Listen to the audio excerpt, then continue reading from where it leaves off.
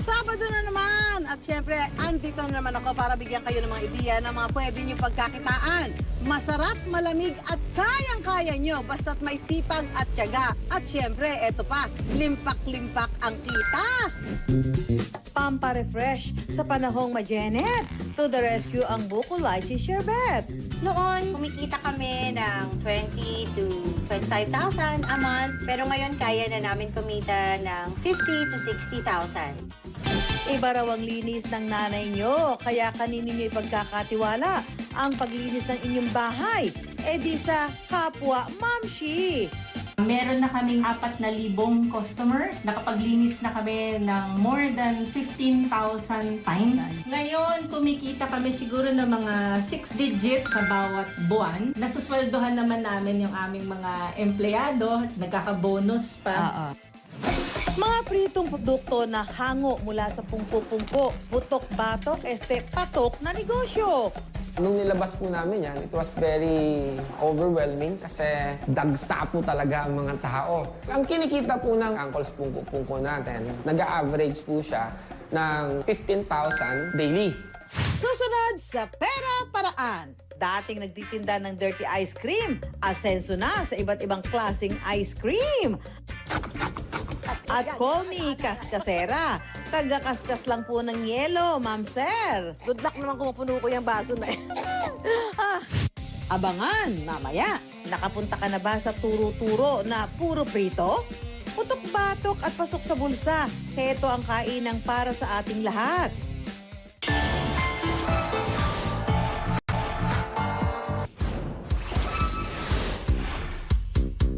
It's summertime na talaga mga mamshis at mga papshis. Kaya naman patok na patok ang mga pagkaing pampalamig.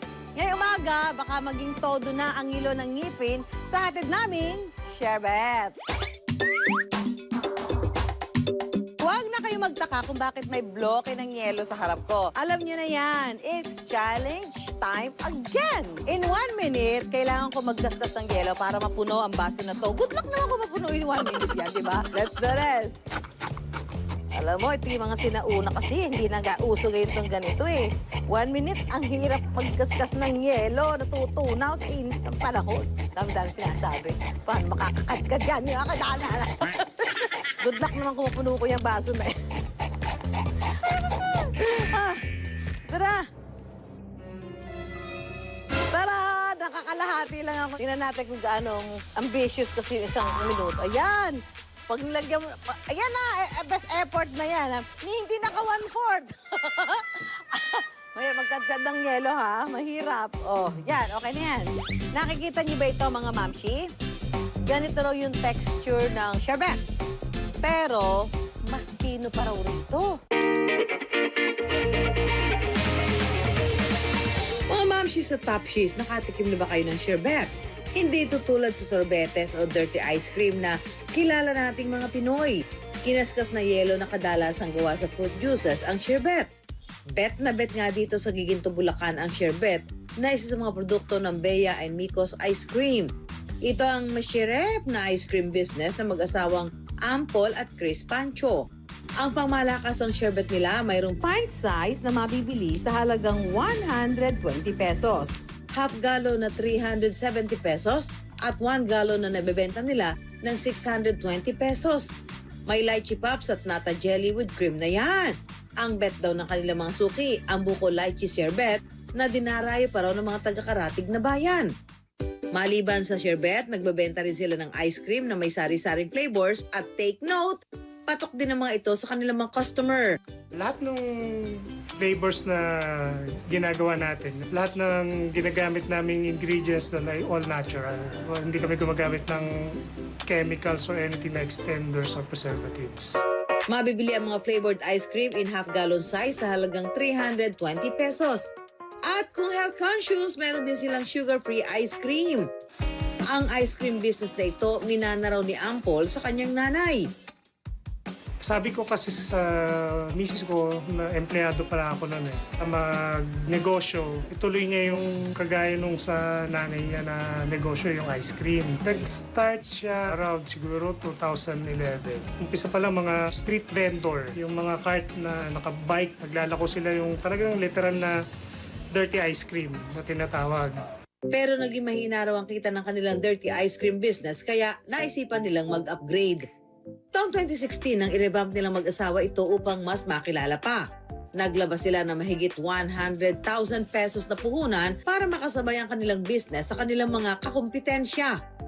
Nagdagdag po kami ng mga gamit namin na makakatulong sa amin. Katulad ng mga booth, nagpagawa po kami ng mga cart, bumili pa po Extra kami machine. ng mga coolers, ng extra machine para sa mga kakailanganin namin. Nag-register na rin sila ng negosyo sa DTI at BIR para maging official at mapagtibay pa ng kanilang business. Noong panahong ito rin nila sinimulang gumawa at magbenta ng sherbet. Nag-try pa rin po kami ng nag-try. Nakalimang trials po siguro kami. Hanggang sa ma-reach namin yung taste, in-improve po namin ito. Naglagay kami ng twist hanggang sa dinala po namin ito sa Bulacan Food Expo and sa Singkapan Festival. Ano kaya ang mayroon sa mahiwagaan nilang sherbet? Recipe reveal na tayo! Hello po mga momshies at popshies. Kasama ko po ngayon si Ate Vicky at tutulungan po niya tayong gumawa ng ating buko lychee sherbet. Para gumawa ng buko lychee sherbet, unang paghahaluin ng fresh buko juice, lychee syrup at refined sugar. Hahaluin mabuti hanggang sa malusaw ang asukal. Pagkatapos saka isasalang sa machine para tumigas. Kapag matigas na at naluto na ang mixture, hahanguin ito. Saka ihahalo ang fresh lychees at fresh buko meat. Saka ilalagay na sa freezer overnight.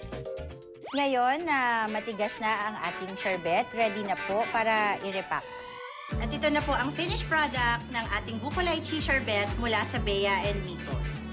Masarap siya. Nagko-complement yung toppings niya doon sa sherbet. Yung lasa niya, masarap. Okay din po yung texture niya, masarap po siya.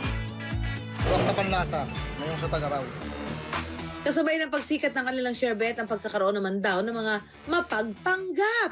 May mga pagkakataon din na yung aming mga photos, nag-grab din ng iba. Also, yung name namin, kapag may nagtatanong sa kanila kung ito po ba ay product ng Bea and Micos, they're saying yes. When in fact, even sa containers, hindi naman talaga magkapareho. Nakaka-disappoint din na malaman na may mga ganong gumagaya po sa produkto.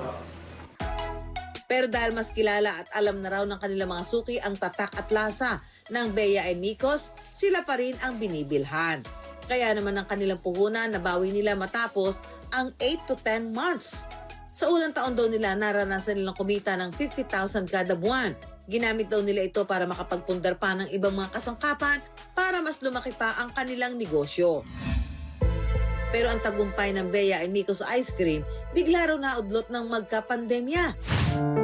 Susunod sa Pera Paraan. Habang nag-aantay kami to open our first physical store, nag-concentrate muna kami sa online selling. Pero kahit pa umaarangkada ang kanilang online selling, nagkaroon din daw sila ng problema sa ilan sa kanilang resellers.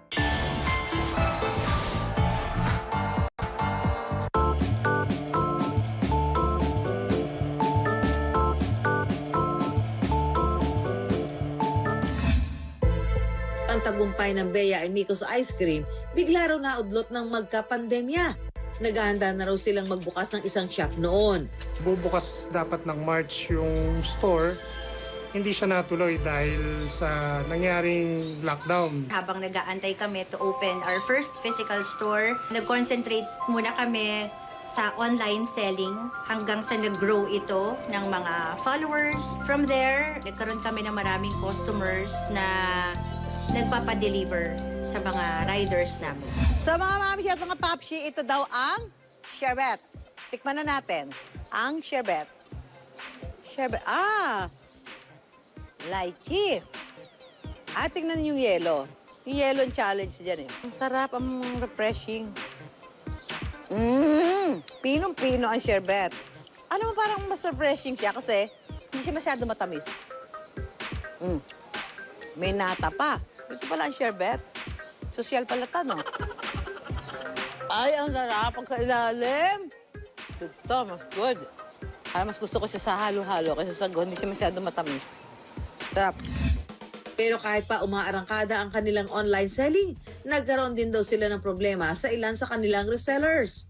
Kailangan na namin magkaroon ng damage control kasi nagme-melt yung ice cream, nag-iiba yung texture, tapos ibinabalik sa amin yung reseller namin. Pero nalaman na lang din namin, tinatanggal nila yung sticker namin and then pinapalitan nila ng sticker nila. Sa contract kasi namin, hindi po pwedeng mag-rebrand.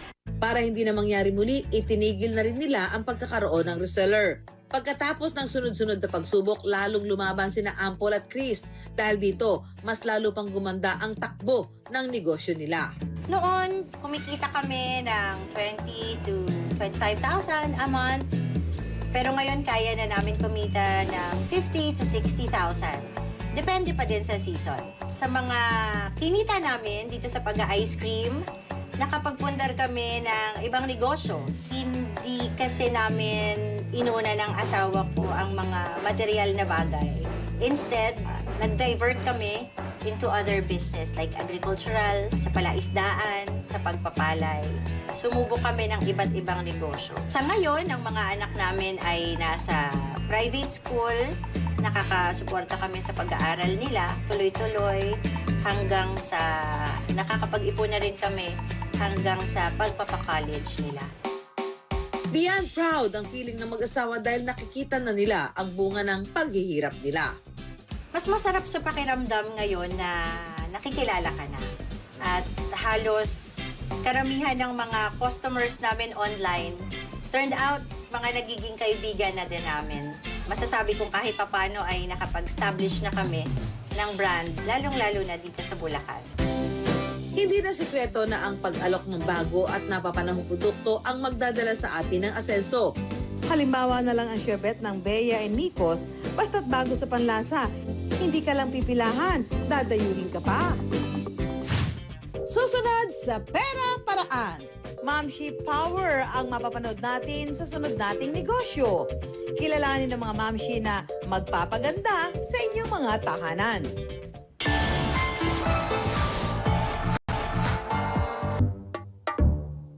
Looks familiar ba mga mamshi at papshi? Ke horror. Pero ang kalat na ito can go from this to this. O diba, nakakatuwang panoorin? So satisfying. Teka, roll call muna ako. Nasaan ang mga mamshi at papshi na business-minded? Yung mga naghahanap ng pwedeng pasukan na racket para may dagdag kita. Meron din ba rito yung mga mamshi at papshi na love ang paglilinis?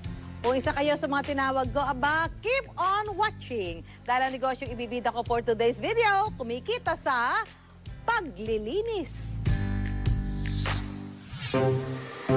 Narinig nyo na ba yung cleaning services? Ito yung klase ng negosyo na nagpapadala ng mga tao para maglinis sa mga bahay, opisina o anumang location ng kanilang mga kliyente. Katulad na lang nitong Happy Helpers na 8 years nang in the business. In the last 8 years, meron na kaming mga 4,000 customers sa aming database. Nakapaglinis na kami ng more than 15,000 times. Ngayon, kumikita kami siguro ng mga 6 digits sa bawat buwan. Nasusweldohan naman namin yung aming mga empleyado. Nagkaka-bonus pa. Happy Helpers na rin ang tawag sa mga empleyado nila. At naabutan namin ang ilan sa kanila na naglilinis sa isang bahay sa Taguig City. Nakilala namin dito si Nanay Maricel na dating OFW sa Qatar. Kung wala ang Happy Helpers, baka bumalik ako sa abroad. Kasi unang-una, hindi naman ganun kadali maghanap ng work dito sa Pilipinas, lalo na pag nasa 40s ka na because of, di ba, may age limit kadalasan. Nandito rin si Nanay Cheryl na isang on-call cleaner o yung part-time lang ang pagpasok. Bukod sa nakatutulong na siya sa gastusin ng kanilang pamilya, malaki rin daw ang impact nito sa kanyang sarili. Mas lalong na-explore po yung kakayahan. Kumbaga, marami kang naging kaibigan, marami kang natutunan, at kung paano ka makisalamuha sa iba't ibang klase ng tao. Ang mga mamshis na tulad nila raw ang dahilan kung bakit nabubuhay ang negosyong ito. Sa katunayan, 90% nga raw ng empleyado ng cleaning service na ito ay mga mamshi. I think dahil sa flexibility din na ino-offer ng negosyong ito para sa mga kababaihan. Mas yun yung nagugustuhan nila na okay, pwede akong kumita ng extra, ilang araw lang ako magtatrabaho, pero nagagampanan ko pa rin yung mga kailangan ko sa bahay. Itong si Ma'am Merlinda, nagsimula raw noon na part-time lang. Bali, nag-start po ako sa on-call. Bali, kung walang job for that day, so wala tambay. And then, na-absorb po ako. Kinuha po ako nila ng regular at employees. Ito nga po, supervisor na po ako ngayon. Pumasok siya rito nung nagsisimula pa lang ang kumpanya. Kaya ako tumagal din yung management, yung paghawak sa amin. Sobrang very thankful kami. Lalo na yung mga happy helpers namin na on-call. Nung pandemic, as in, lahat sila may grocery every week na tinatanggap. Ganito lang kaliit yung company namin, pero super ang tulong na binibigay nila sa amin. Dahil na raw sa edad o kakulangan sa work experience rito mga mamshis. Pumasa ka sa medical, tsaka kayang buhatin ang aming cleaning kit. Kasi very physical din ang paglilinis, ang trabaho. 2014 nagsimula ang Happy Helpers nung umuwi mula sa ibang bansa ang isa sa mga founder nito na si Maan.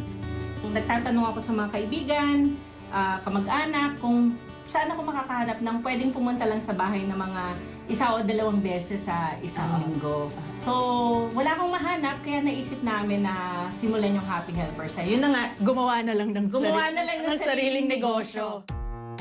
Naging magkumare raw itong si Maan at Joe noong pareho silang nasa ibang bansa dahil sa trabaho ng mga mister nila.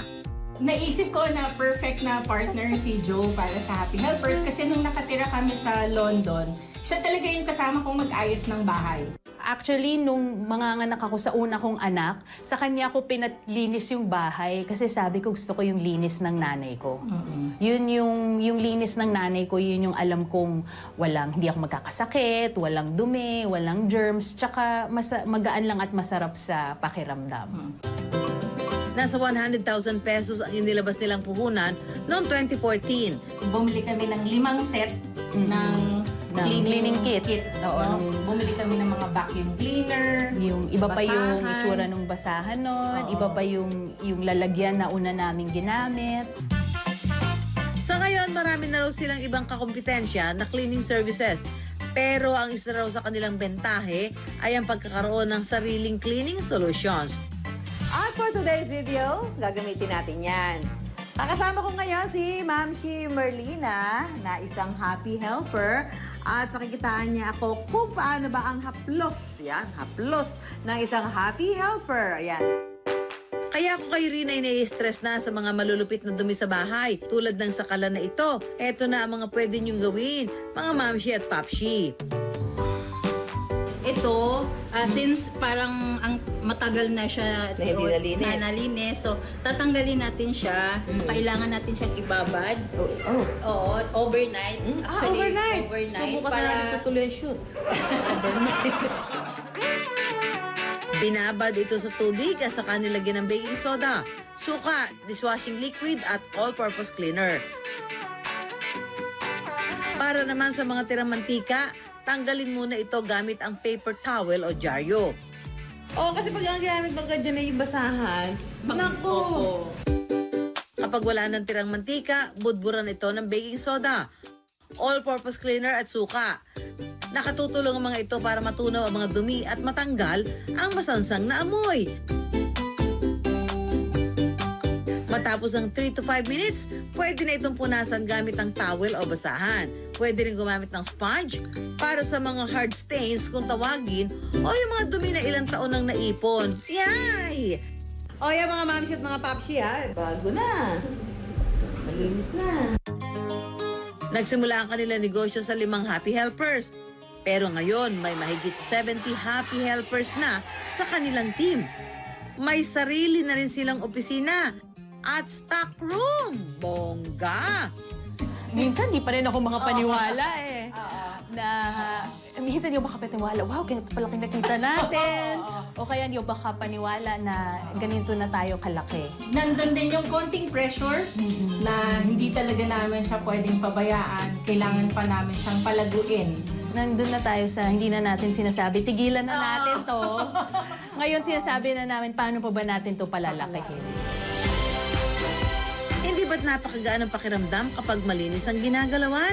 Pero itong mga nakilala natin, patunay na ang pagiging malinis sa kapaligiran, pwede rin palang magdala ng malinis na kita.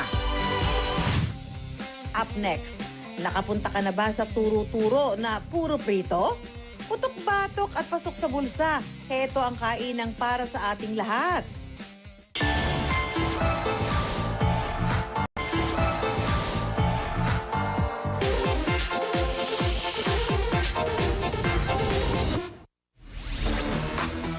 Kapag Pinoy ang nagutom,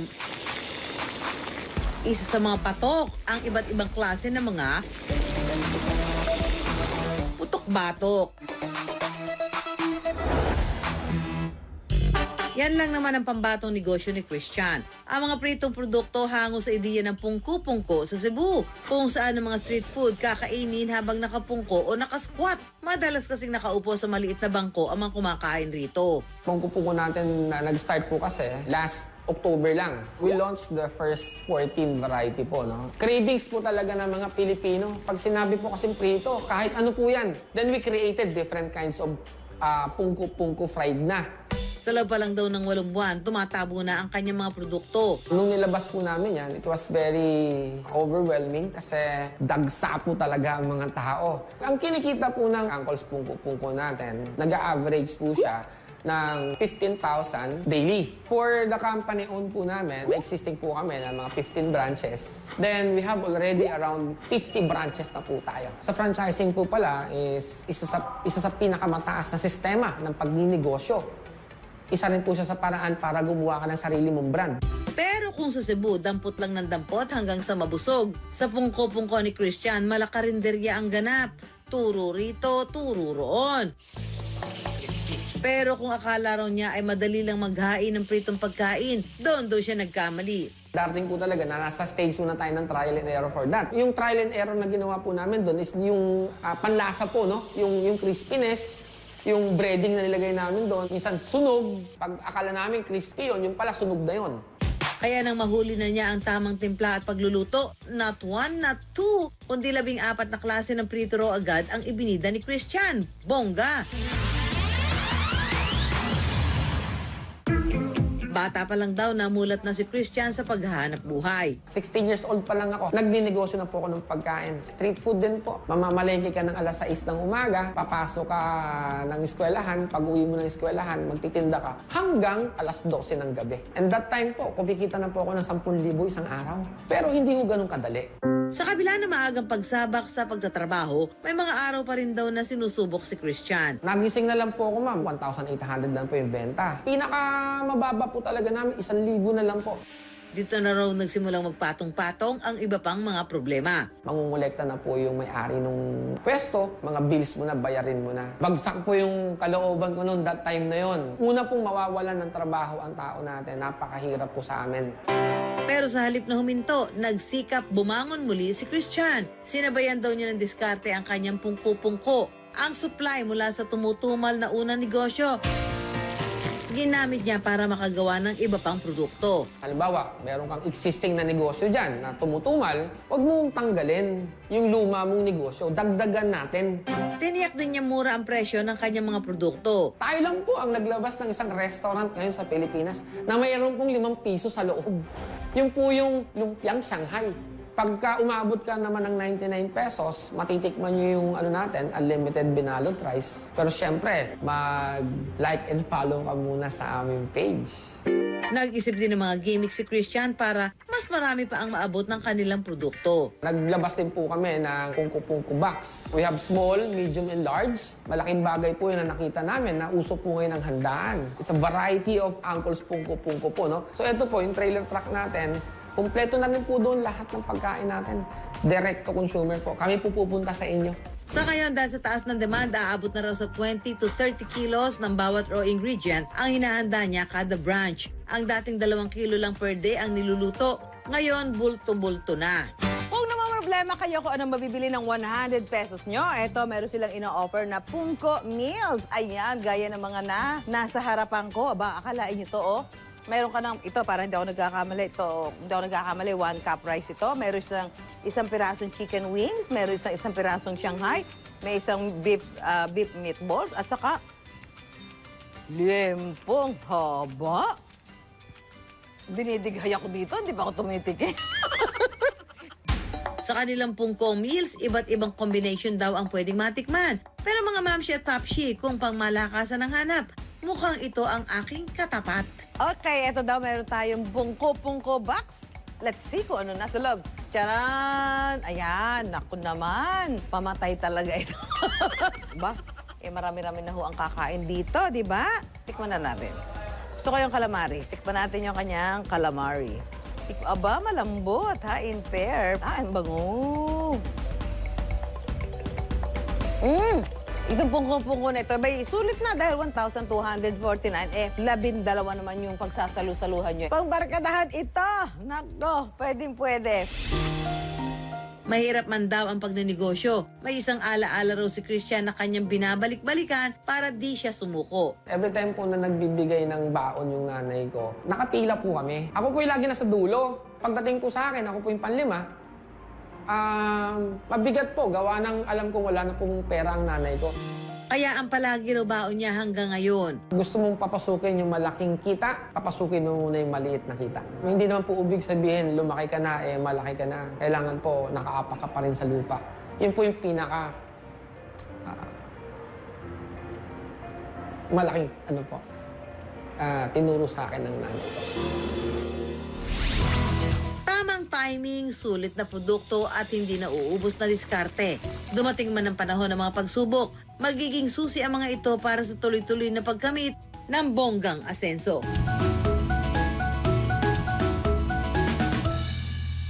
Pero lang yan, kayang-kayang gawa ng paraan. Hanggang sa susunod na Sabado, 10:45 na umaga. Dito sa GMA, ako po, si Susan Enriquez para sa Pera